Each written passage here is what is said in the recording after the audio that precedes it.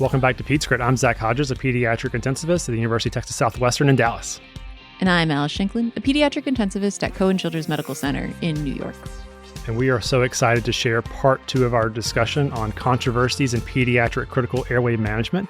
To do this, we have 3 incredible guests, all of whom are pediatric intensivists and pediatric anesthesiologists. First, we have Dr. Alex Bragg, who is joining us from the Keck School of Medicine of Southern California in Los Angeles. Dr. Chinyere Egbuta, joining us from Boston Children's Hospital and Harvard Medical School. And Dr. Sapna Kudchadkar, who's joining us from Johns Hopkins Hospital in Baltimore. Yes, we are so excited to pick their brains. In part 2, we have video laryngoscopy, what they think about it, and how they're keeping their PICU colleagues trained in airways. Incredible. Let's get right to the content.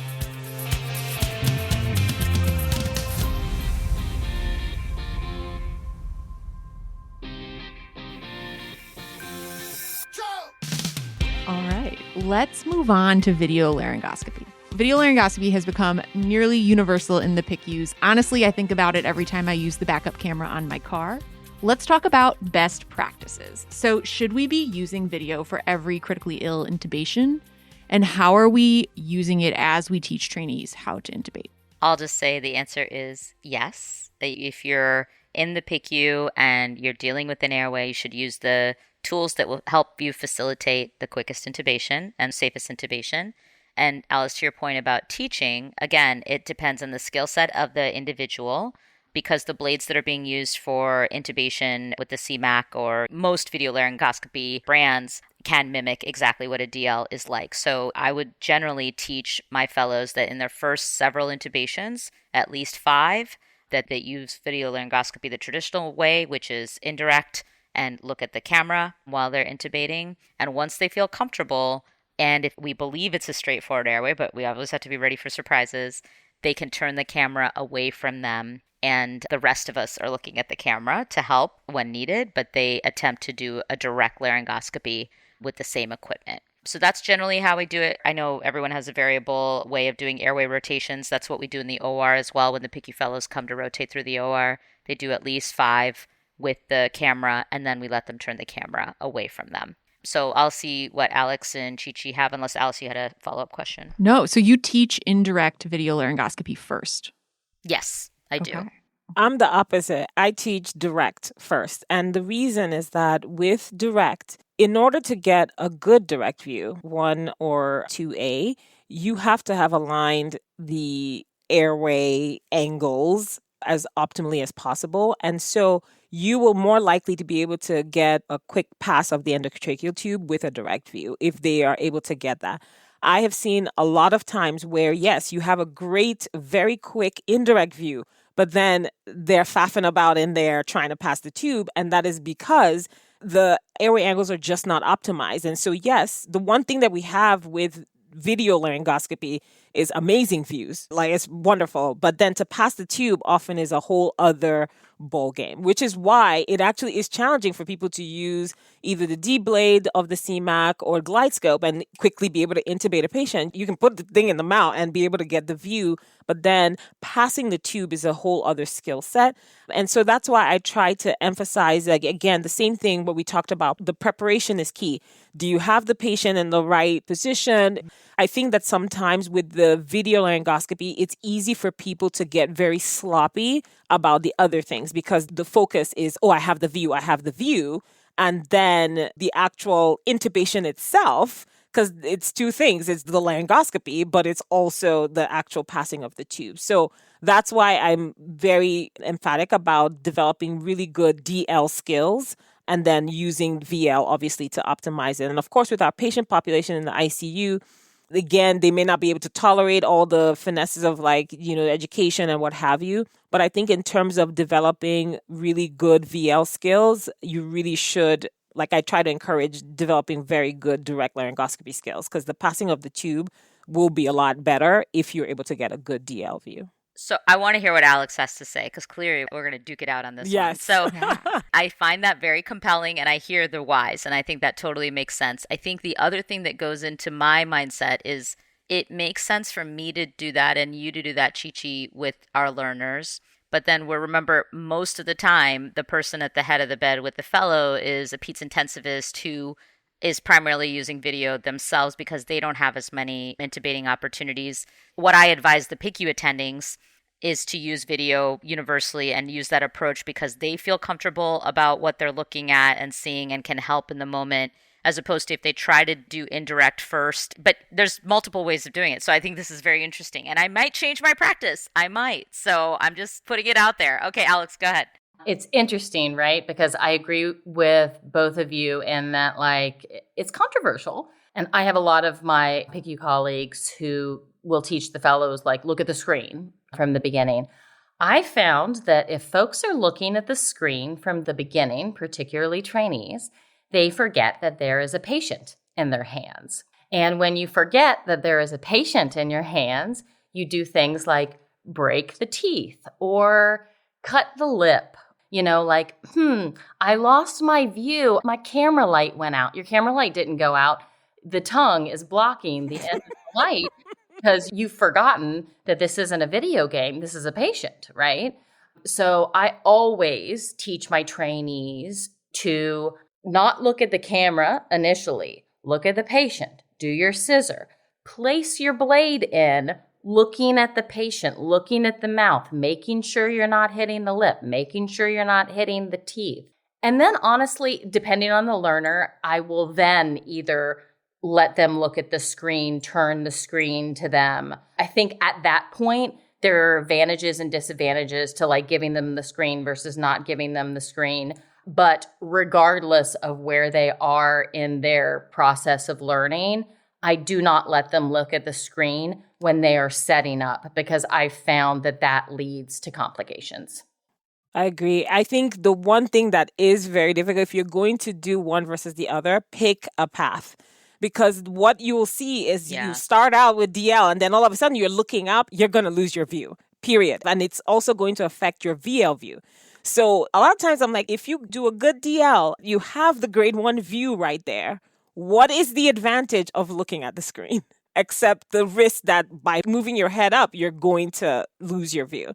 You have a good view, get the tube, put it in. Like there's no need to adjust. So, but if you are going to look up, eventually you have to do it very cautiously and try not to move your hand. That is the reason why when video laryngoscopy wasn't available, we would say, don't lose your view, right? What did we tell people? Don't look up. We will put the tube in your hand. Like just lift your hand up and we'll put the tube in your hand. And that's because any of those movements, it puts you at risk for losing a good view. That's why I think the in-between is really challenging because then you will then, again, great view, but difficult placement of the tube. And then you're more likely to also even traumatize the upper airway because they're looking at the screen and they're like, banging around on the cords and every other thing.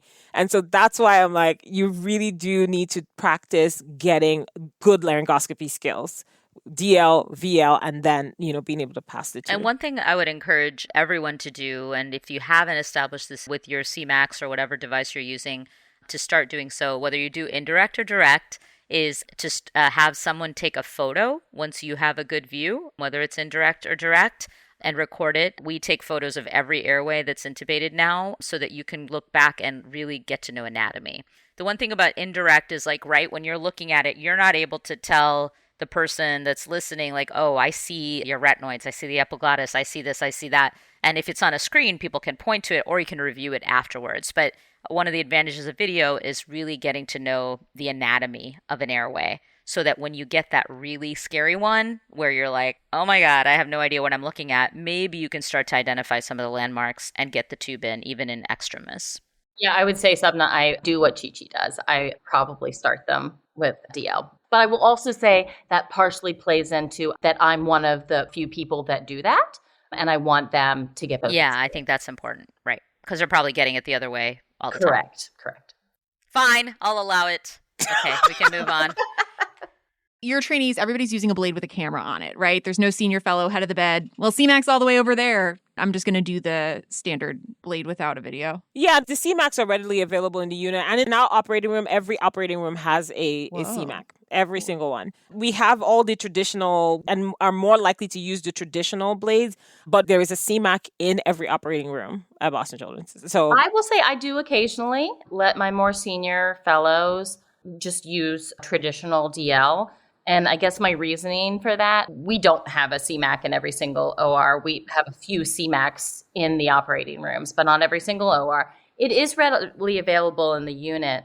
They could go to a place that isn't. Mm-hmm. Yeah, in my mind, it's nice, for example, like if you go to an RRT or a code, right, until you have hospitals that have a CMAC with every single code cart, right? Now, intubating on the floor is excessively rare, but, I do think that being able to DL with a blade is still an important skill in certain situations, but using video laryngoscopy to learn that skill is very important. So knowing your institution and knowing what is available to you. If I could just put in a plug, the other thing, in addition to knowing where your CMAC is and where your accoutrements are from a nasopharyngeal airway perspective, oral airway, your Mapleson, bag mask, etc., please, please, please know where your LMAs are. LMAs will save lives over and over again when you get into a situation where you do have trouble with both bag mask ventilation and with intubation. We've had multiple events over the last several years that I've been in this role that someone thought of an LMA early and put it in and saved a child's life and maintained oxygenation and ventilation for a period of time until a definitive airway could be established.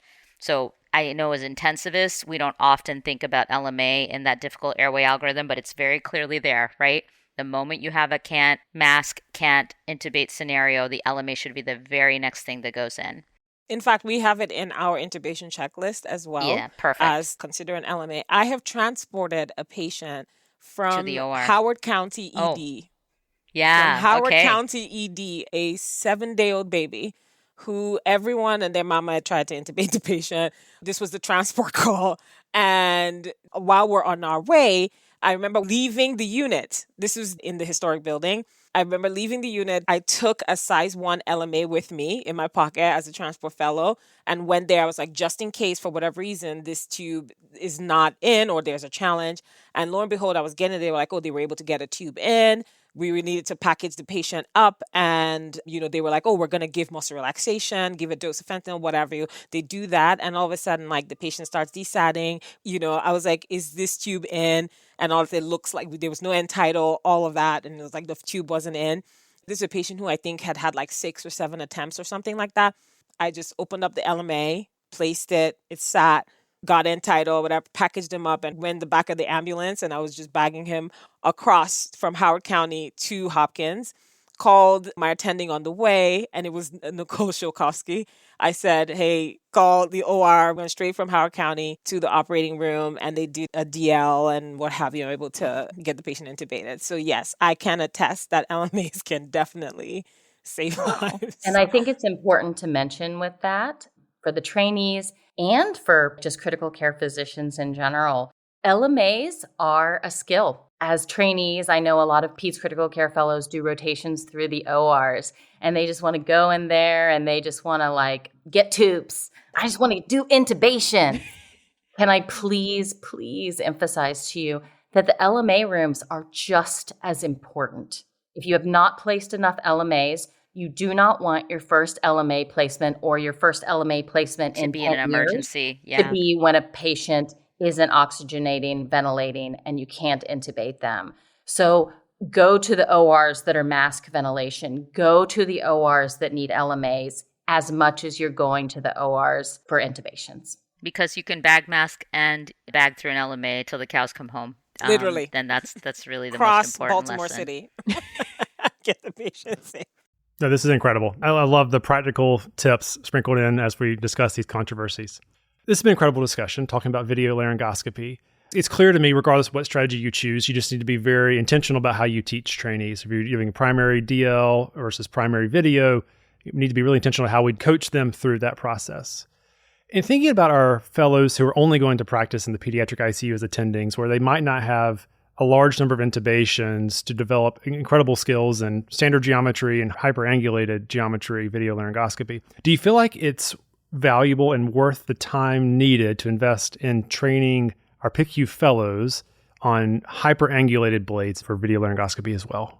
I don't think it's worth the time. I think that it's already a challenge to get traditional intubation skills. And that is because, with the advancements in critical care and the availability of high flow, CPAP and BiPAP, the intubation rates have plummeted. In the process of gathering the data that we contribute to the Near for Kids registry, I track the number of intubations that we have, and we are a 54-bed unit.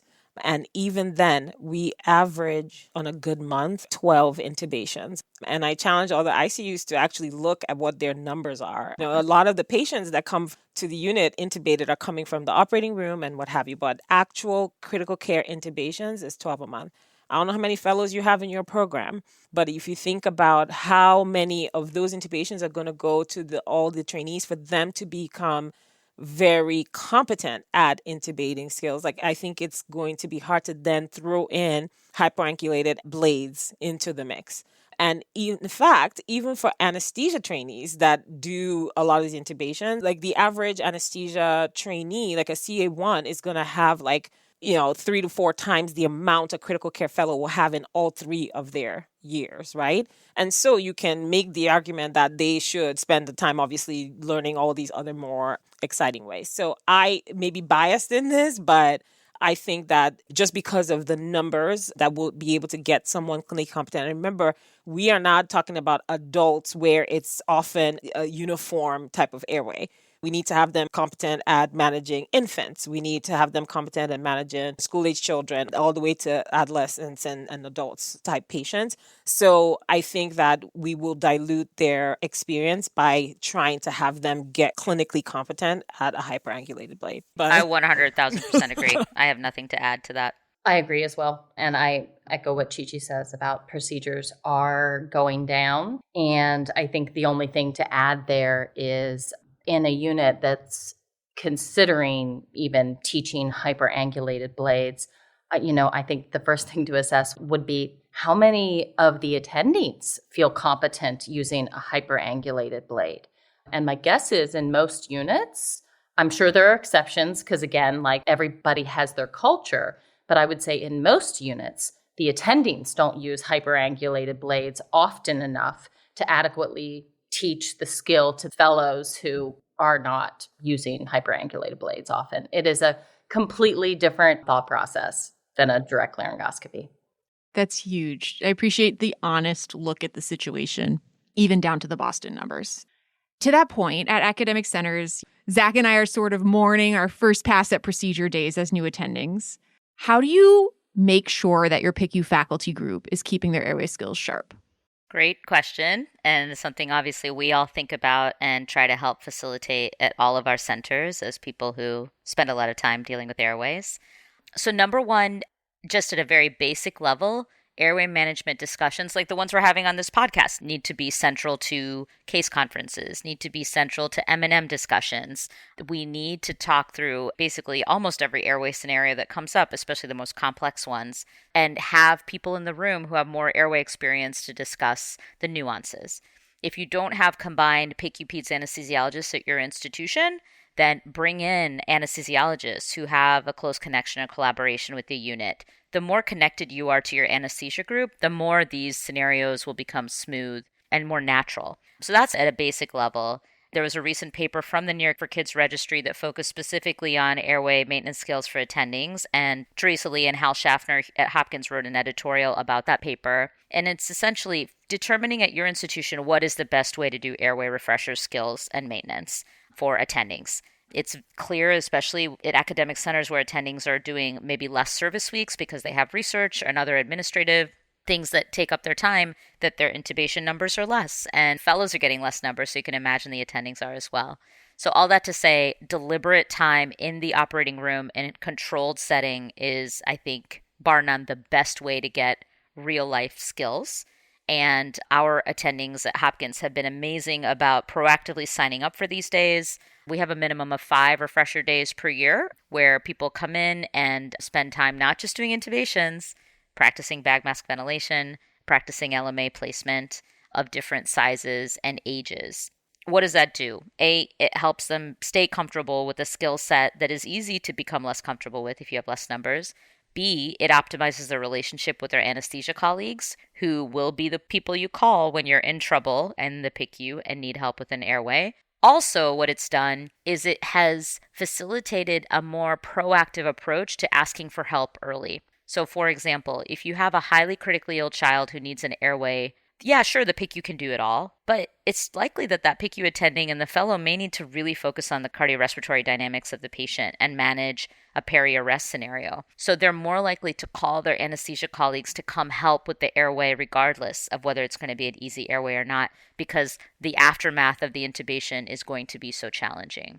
So being open to having an extra set of hands. So all those things to say, please, if you're not already as an attending out there, getting time in the operating room, work with your leadership to forge those relationships.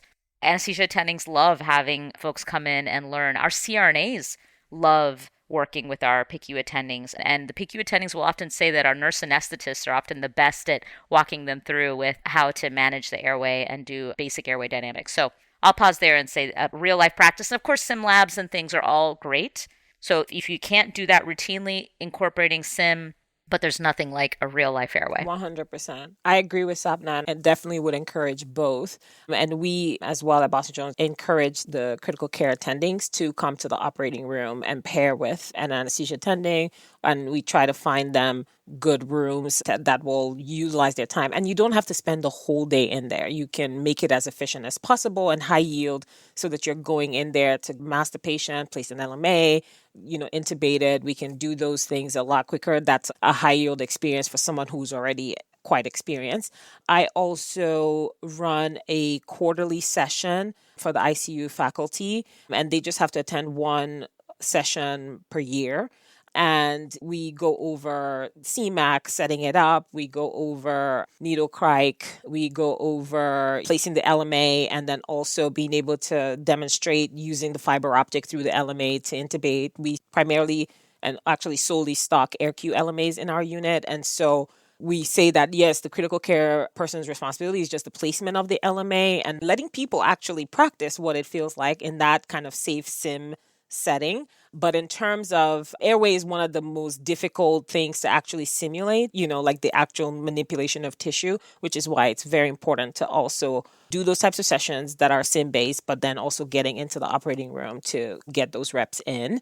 And I would advise someone who is a junior attending to do that, because if you're honest with the numbers that you have in your unit, and it's not just us that are going through this is all across all PICUs. The trainees are not even getting as much as they should get. Attendings definitely are not. And then when you come to intubate the patient and they say, who's the backup for this fellow? And it's the critical care attending. And then you realize that likely that critical care fellow has had more intubations recently than the person who's supposed to be backing them up. You, as the attending, want to make sure that you are keeping your skills up and taking advantage of the opportunities available to you in your institution to be able to maintain those skills. And I'll just quickly clarify that an AirQ is an intubating LMA. Yes. If your units haven't universally moved to stocking the AirQ or similar intubating LMA, and you're using regular LMAs that do not allow you to intubate directly through them, that's something to consider discussing with your anesthesia colleagues, because the ideal would be, right, if an LMA is placed as the difficult airway algorithm, you want your anesthesia colleagues or ENT colleagues or whoever to be able to establish an airway through that LMA and not have to remove the LMA in order to establish an airway. I agree with everything that Sapna and Chichi have said. The only thing that I would add for the trainees is, and I haven't looked at these numbers recently, but my guess is they probably haven't changed much. You have to have roughly 50 intubations to have a 90% success rate. So I would say the average PEDS critical care fellow is graduating with roughly 50 or less, probably less intubations than that. So that means with a 90% success rate, right, 1 in 10 of your patients that you're intubating, you may have difficulty with. So Go in there, get the hours in the OR, get the experience, right? I always teach my trainees, just like when Sapna was saying earlier, about considering the risks. When we intubate a patient, we are taking away their ability to protect themselves, and we are taking the responsibility to protect them. So keep up your skills. 100% agree. Well, this has been incredible. Before I ask each of you for your closing remarks, I will reflect that in the pediatric critical care, intubations are becoming less common, but it seems like at the same time, those kids that we are intubating are becoming more sick and there's more complexity. And we need to be incredibly mindful in how we optimize these patients, pre-oxygenate them, and we need to be really careful about how we train our trainees, also maintain proficiency in our attendings. At the same time, and adjacent to that message, I think we should also highlight just how incredible the time is that you have while you're in training and how friendships formed there will continue to influence your professional path for years and years to come. And the friendship that each of you displayed today is evidence for that. And we appreciate you sharing that with us as well. Dr. Alex Bragg, Dr. Chinyere Egbuta, and Dr. Sapna Kudchadkar, any final comments before we wrap up today's conversation? Bag mask ventilation saves lives. There's no shame in going and seeking more and more experience, and you have to be honest with yourself.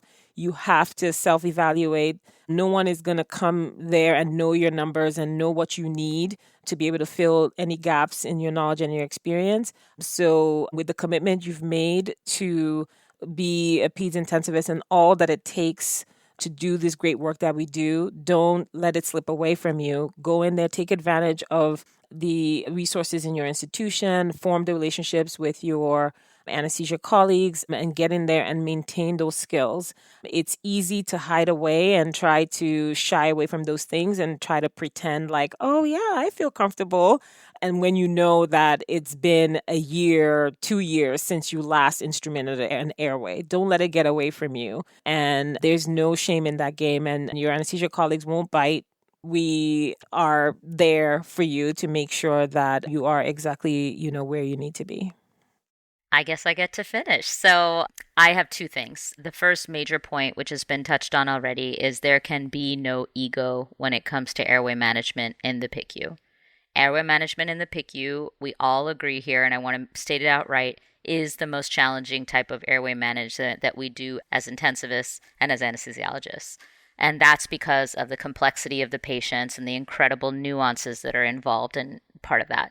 So no ego when it comes to airway management. Always ask for help. Never hesitate. No one is ever going to judge you for asking for help or asking for additional input or advice. When things will go south is when you didn't, and then potentially there is an adverse event as a result of that. It's not to scare people about airway management, but it's more obviously the airway is very important, as we all know. And I'll just give you an example. In the last several months, there was a patient who did lose their airway, ended up with an LMA very quickly because we have trained our colleagues to do that immediately. And RT actually placed the LMA immediately. And I was a PICU service attending. And because of the complexity of the situation, even I called my really good friend and clinical director for anesthesia, Nick DeLassio, who's our difficult airway management team member who's in the hospital. And I said, Nick, I want you to come to the bedside and help me think through the best way to get this airway secured, right? I could have easily figured out something that probably would have worked, but I wanted everyone in the room to hear from the expert how they would tackle this scenario. And so no ego, use your resources. And then the second thing, thank you, Zach, for mentioning this, is always make an effort to get out of your bubble, even if that means maintaining connections to people who did get out of your bubble, right? And so Chichi and Alex both being at different institutions all these years and watching their careers develop and grow, those were friendships that have been maintained and would have been maintained for a long time. But we also have professional relationships that we forged together to build and grow and be passionate about many things, including airway management in the PICU, which is why we're all here. And Alice and Zach, I can't thank you guys enough for giving us that opportunity, because you can tell we're really passionate about it. We agree on most things, and we're here to help. So reach out anytime. You can email any of us to say, hey, I'm interested in this topic. Reach out to people outside of the walls of your institution, because that is when your career really starts to take off.